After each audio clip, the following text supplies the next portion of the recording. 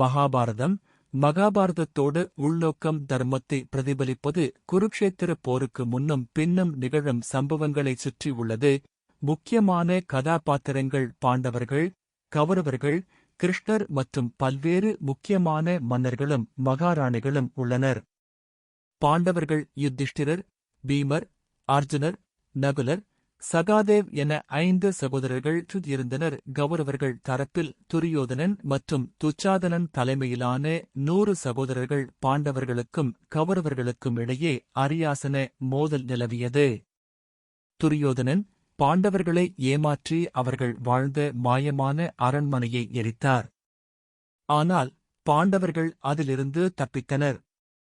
அதன் பின்னர் கிருஷ்ணரின் உதவியுடன் அவர்கள் தமது அரியாசனத்தை மீண்டும் பெற்றனர்.